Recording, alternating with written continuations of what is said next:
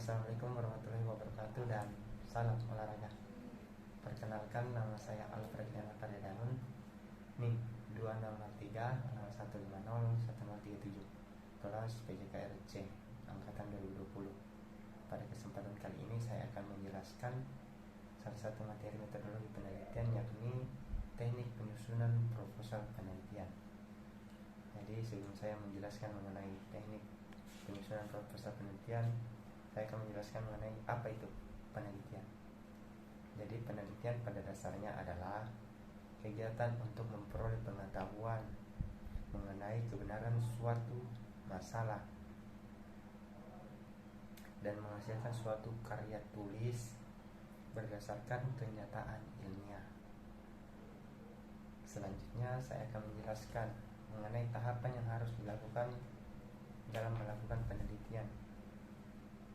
Jadi secara garis besar terdiri dari 4 tahap untuk melakukan proses penelitian. Yang pertama yaitu tahap perencanaan, yang kedua tahap pelaksanaan, ketiga tahap pengolahan dan analisis data, dan yang keempat tahap penulisan hasil penelitian. Selanjutnya saya akan menjelaskan mengenai format atau outline usulan penelitian khusus untuk kepentingan ilmiah. Jadi setidaknya ada 12 yang ingin saya jelaskan. Yang pertama yaitu judul penelitian. Jadi judul penelitian ini merupakan pencerminan dari tujuan penelitian dan juga pencerminan dari masalah penelitian. Mengapa dikatakan pencerminan dari masalah penelitian? Karena dari masalah penelitian tersebut kita dapat mengangkat suatu permasalahan, mengangkat suatu judul, dan kemudian kita selesaikan melalui proses penelitian.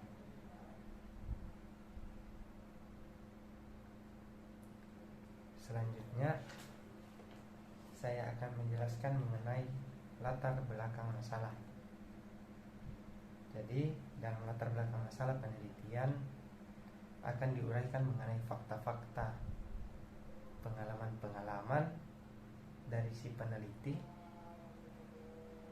hasil-hasil penelitian dari orang lain, ataupun teori-teori yang melatar belakangi suatu masalah tersebut.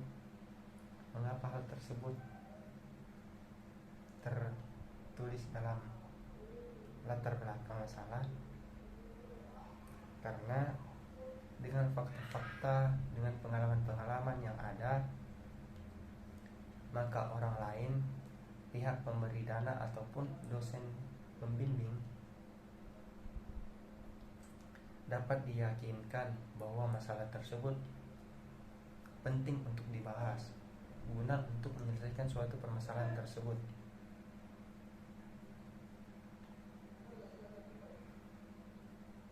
Selanjutnya saya akan menjelaskan mengenai perumusan masalah. Jadi sebelum kita memahami mengenai perumusan masalah, saya akan menjelaskan mengenai apa itu masalah.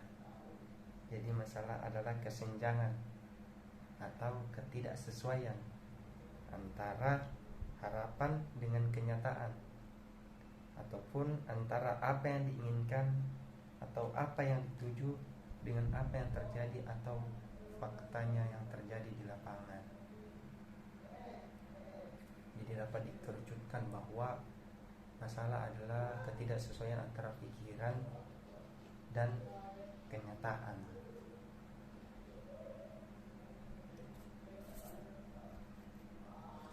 Yang selanjutnya saya akan menjelaskan mengenai tujuan penelitian. Jadi dalam tujuan penelitian kita harus memahami dulu apa itu tujuan penelitian. Jadi tujuan penelitian adalah suatu indikasi ke arah mana atau informasi yang akan dicari melalui penelitian itu. Jadi dalam tujuan itu kita mengerti apa yang dibahas dalam penelitian tersebut, apa yang diinginkan dalam penelitian tersebut, hal-hal apa yang ingin dicapai, sebenarnya begitu. Selanjutnya, manfaat penelitian. Nah, ini juga penting manfaat penelitian, karena dengan adanya manfaat penelitian kita dapat mengetahui apa guna dari penelitian tersebut, baik bagi kepentingan pengembangan program maupun kepentingan ilmu pengetahuan. Oleh karena itu, dalam manfaat penelitian ini biasanya ditulis secara rinci ataupun disusun secara rinci, karena dengan ditulisnya secara rinci kita dapat mengerti apa manfaat dari penelitian ini. Tidak serta-merta melakukan penelitian tanpa diketahui apa maksudnya, apa manfaatnya. Selanjutnya, mengenai tinjauan kepustakaan atau literatur review. Jadi, tinjauan pustaka ini penting dalam suatu proses penelitian karena untuk mendukung permasalahan yang diungkapkan dalam usulan penelitian diperlukan tinjauan kepustakaan yang kuat. Tinjauan kepustakaan ini penting dalam mendasari penelitian yang akan kita lakukan. Mengapa tinjauan pustaka dikatakan penting? Jadi, hal ini dikatakan penting karena salah satunya yaitu akan memperluas pandangan dan pengetahuan peneliti, juga dapat menghindari pengulangan dari penelitian-penelitian sebelumnya. Jadi dengan adanya tinjauan pustaka ini kita tidak mengulang-ulang apa yang telah diteliti, setidaknya ada perkembangan dari peneliti-peneliti terdahulu mengenai permasalahan yang dibahas.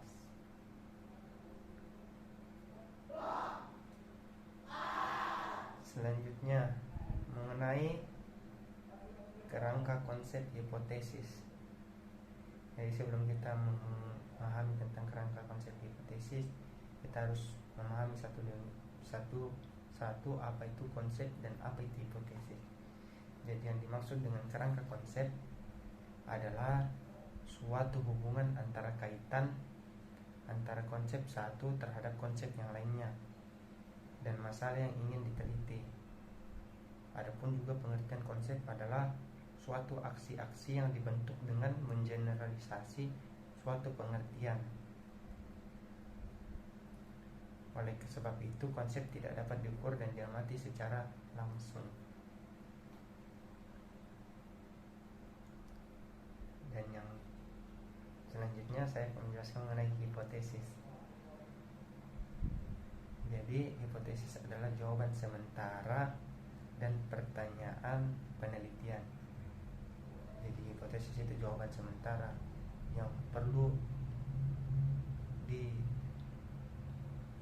kebenarannya. Jadi ini hanya masih jawaban sementara.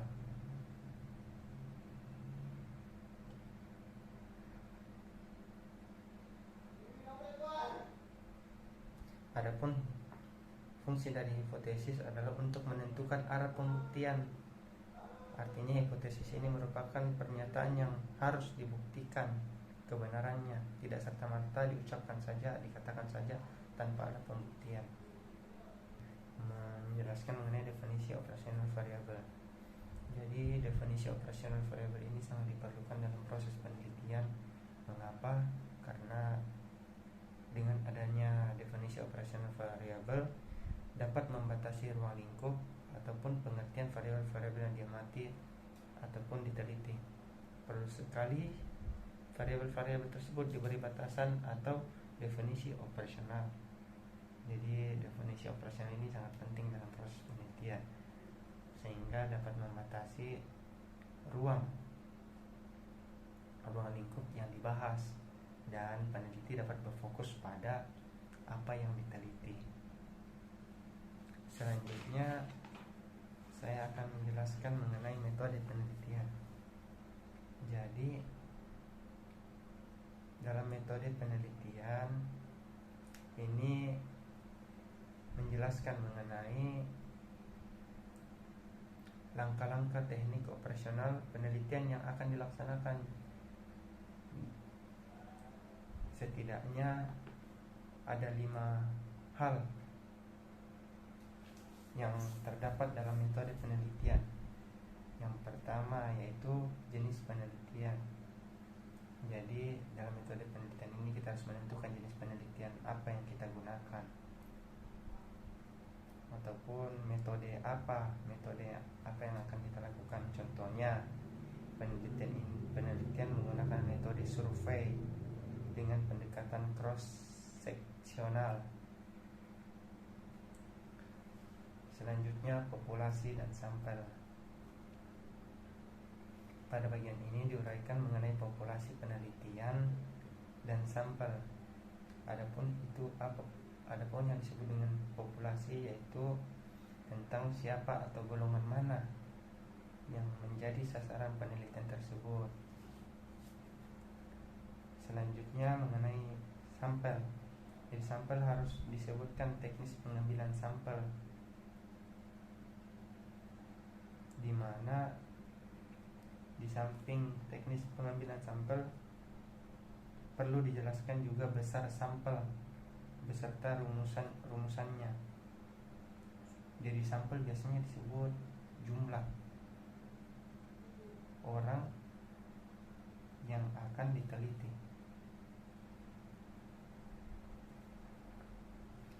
Selanjutnya dalam metode penelitian itu terdapat cara pengumpulan data.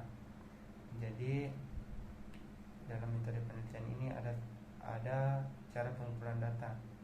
Dijelaskan cara atau metode yang digunakan untuk mengumpulkan data dalam suatu penelitian.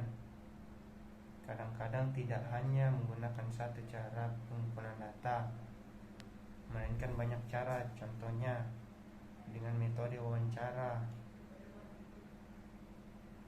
kadang-kadang juga dengan observasi ataupun sebaliknya, maupun biasa digunakan metode angket yang juga kadang-kadang perlu dilengkapi dengan wawancara dan sebagainya. Selanjutnya instrumen penelitian. Jadi yang dimaksud dengan instrumen penelitian yaitu alat-alat yang digunakan ketika melakukan suatu penelitian. Jadi instrumen penelitian ini dapat berupa kuesioner, formulir observasi ataupun formulir lainnya. Dan ada juga biasa digunakan mengenai alat-alat instrumental seperti stetoskop, timbangan meteran, alat antropometrik untuk mengukur status isi dan sebagainya. Jadi di sini diperlukan alat-alat untuk mendapatkan data-data tersebut.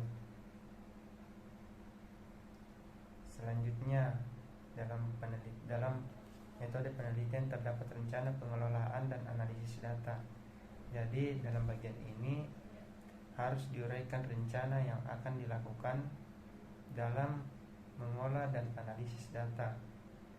Dijelaskan pengolahan datanya dari awal sampai akhir, sehingga kita dapat mengerti apa yang dilakukan, cara-cara pengambilan datanya, sehingga kita dapat memahami dan dapat menyelesaikan suatu permasalahan. Selanjutnya jadwal kegiatan. Jadi dalam bagian ini diuraikan langkah-langkah kegiatan dari mulai menyusun proposal penelitian sampai dengan penulisan laporan penelitian, beserta waktu berjalannya atau berlangsungnya tiap kegiatan tersebut. Biasanya jadwal kegiatan ini disusun dalam suatu tabel kegiatan. Selanjutnya mengenai rencana biaya atau anggaran. Jadi dalam proses penelitian juga perlu dicantumkan yaitu rencana biaya atau anggaran. Diuraikan besarnya biaya per kegiatan serta jumlah keseluruhan biaya penelitian tersebut.